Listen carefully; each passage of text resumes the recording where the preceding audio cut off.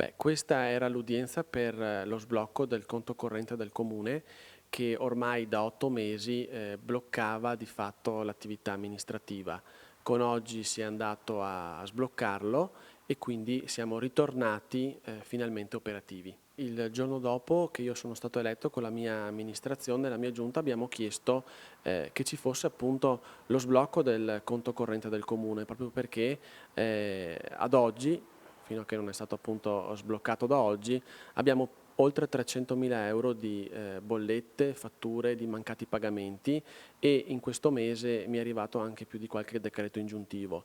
La situazione ormai era insostenibile appunto perché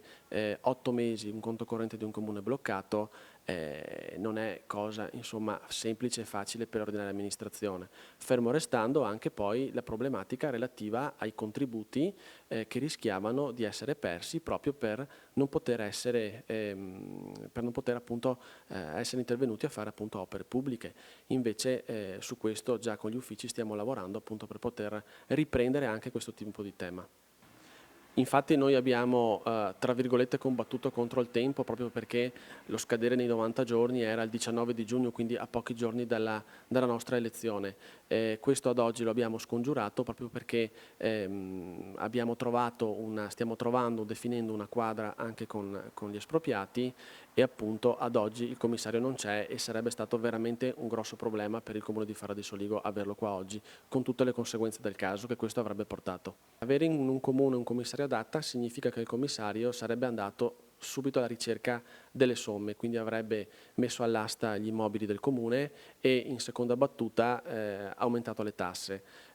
Quindi sicuramente una situazione molto difficile e molto complessa. Noi fin da subito ci siamo seduti attorno a un tavolo, come avevamo detto e come avevamo promesso, con gli espropriati e stiamo dialogando ovviamente anche con i lottizzanti. Adesso da qua ai prossimi giorni, alle prossime settimane, definiremo al meglio l'accordo transattivo e quindi prossimamente insomma, si sapranno anche quelli che sono i prossimi passaggi ufficiali che andremo a fare. Non è stato facile, non è neanche ancora facile, però insomma io sono fiducioso che questa situazione venga risolta perché che si trascini da 20 anni è un po' troppo, per cui riuscire ad arrivare oggi a una